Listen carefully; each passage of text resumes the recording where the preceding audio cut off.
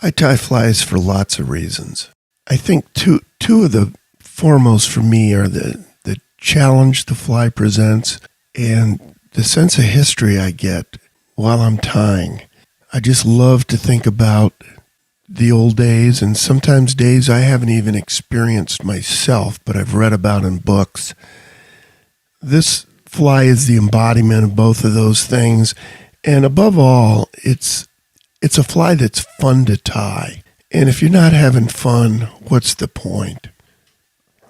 Start the thread a little behind the eye and wind back towards the bend. I'm using Benecki yellow 12-aught here, but any yellow thread will work, and it doesn't have to be yellow.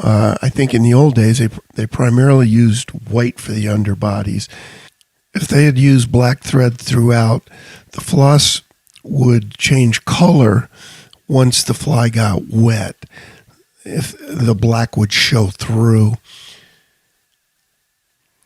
I tie all my tinsel and ribs on the far side of the fly with at least 5 turns. If it's GSP thread I'm using, I do 8 turns. That way it won't pull out. The beauty of tying it in on the far side of the hook is once you start wrapping, it will start exactly underneath the hook. The torque will pull it underneath. So it looks like it's just come from nowhere, if you will, especially if it's a rib. Take 5 turns of tinsel back down the shank and then back up over itself. Back off the tying thread and bind the tinsel down underneath the hook. I like to get in the habit of binding all my tinsel down underneath, not just for these flies, but for full dress salmon flies as well. It becomes very important. George Kelson had a great saying for the full dress salmon flies: keep your best side towards town. And by that, he meant hide whatever you don't want the general public to see. An important aspect of classic wet flies and salmon flies was a very smooth floss body. And in order to achieve that, you need to wind back and forth with flattened thread. To flatten the thread, spin the bobbin in a counterclockwise direction as if you're unscrewing a light bulb. As you spin, watch the thread and it will reach a flat point, and that's where you want to be. If you spin too far, the thread will start to twist up again. Here I've got 2 duck quills, a left on the left and a right on the right. I want to cut slips from each about 4 strands wide. You can go 5, you can go 3 if you can do it. The tail will be about shank length. I need to straddle the hook with these, and it's important that the far one does straddle the hook. After taking just 2 wraps of thread around, I like to pull straight up on both the tail and the butts. That takes the tail right up on top of the hook. And as you can see, these are tented a little bit, and you definitely want that. You want a little bit of tenting. I'm going to say that these, I always like to say that they sort of embrace the top third of the hook. Don't try to make them completely vertical. Here I'm flattening thread again and getting ready to wind the underbody. And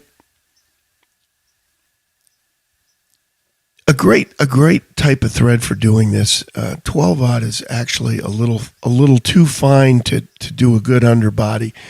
Danville's 6-aught was used for years for these, and it's a little wider because it's 6-aught. I don't use it because over time it just seems it's just not strong enough. I use a lot of force when I tie, and I tend to break it a lot.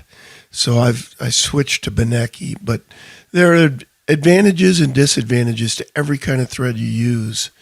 And the more you can learn about the threads as you go on, the better. Again, now I'm tying in the gold rib here, and I've tied in on the far side of the hook. So this rib will start, when I wind the rib, it'll start from the bottom.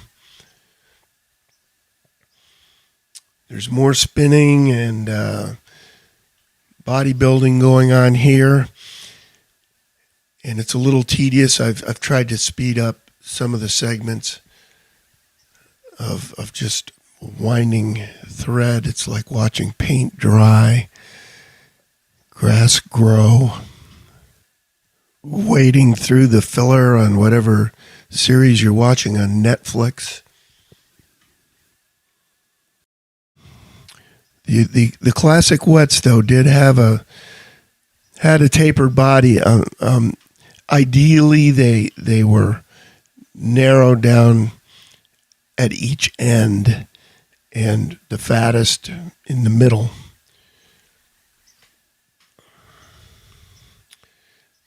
And now I'm tying in one strand of floss up the front. You can use two strands if you want to. I find it to be a little bulky. And wrap all the way to the back. This is one strand of Danville 4-strand floss. If you use silk floss like Lagarten, that comes typically in 3 strands. And I'll take one of those strands and split it in 2. Obviously, you need a fairly long piece of floss to go forward and back. And as you wind, let it slip through your fingers. And whatever you do, don't try to wind with hackle pliers. It just won't work. The strands of floss will break, and you'll have a big mess on your hands. It has to be wound by hand, slightly overlapping as you wind it, but almost edge to edge, but not quite. And tie off just a little bit behind the eye. Notice I haven't left a lot of room. I like to crowd the eye on my wet flies. Now we want 5 wraps to show when the fly's done, and I've found the best way to do that is to wind 6 wraps. Then all 5 show up.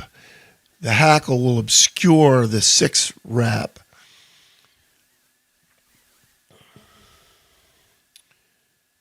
Try to keep the spacing as even as you can on these turns of tinsel. And I've sized this hackle so that from the tie-in point, the strands reach down about to the point of the hook. That's the way I like to do it anyway. It's not the end of the world if your hackle's not quite the right size. You can sort of size the hackle by tying it in either closer to the tip or closer down a little further. It'll get longer. This I will use hackle pliers on when I wrap the hackle. I've tied it in with 6 very firm wraps of thread, very, very firm turns, because we don't want that tip to pull out. And typically on my wets, I'll do 3 to 5 turns of hackle, depending on where I wind up. Here I was trying to get a 4th, but it wasn't in the cards. There just wasn't room. I didn't leave myself quite enough room to get 4 turns, so I made it 3. Cut off the butts. I've got a stray here. Always hold the thread under tension and pluck a stray out, any stray, with tweezers. Tweezers are the fly tier's friend. I love tweezers, and get a good pair. Spend some money on your tweezers. Now I'm switching to black thread, and just start it at the eye and over wrap and try to get at least 4 turns.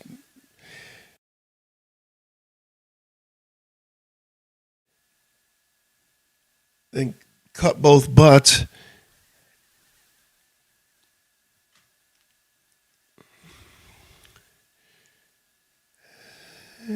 I like to keep my hackle below the equator of the hook on a wet fly. The idea there being that when I go to wind the wing, it's not in the way. And traditionally, like if you look in Ray Bergman's trout, those flies all have a beard style hackle anyway. Now I've got a nice flat surface on which to mount my wing. Cut slips from each of your duck quill and hold them tips up, tips together, and tips to the rear. This wing is fairly wide on this fly. If I were tying these to fish, I'd probably make this wing a little narrower, but it's fun to see if you can get a nice wide wing.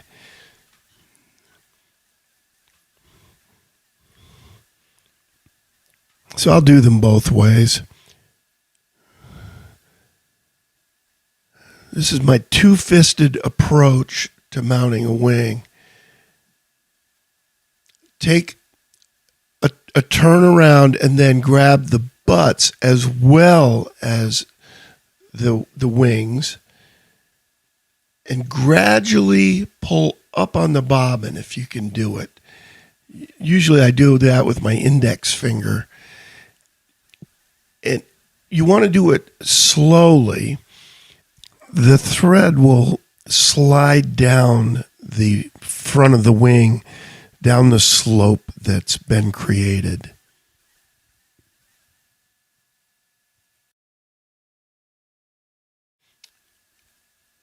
Always check your wings from the top after just doing a couple wraps to make sure that you're straddling. You want to straddle the very top third of the hook. There is a tenting that occurs that will keep these wings in shape as you fish the fly. It's like the fin on the dorsal fin on a fish. Take aggressive turns, starting at the eye and going up the head, very aggressive, and hold on for dear life. Hold the wing in your left pinch for dear life. Don't let it go, and don't give up on it. You'd be surprised how many times you can save a wing just by not giving up and just keep wrapping hard. About a 6-turn whip finish works great for me on these. Try to make the head look good without any glue on it. Then once you do put glue on it, it'll look great.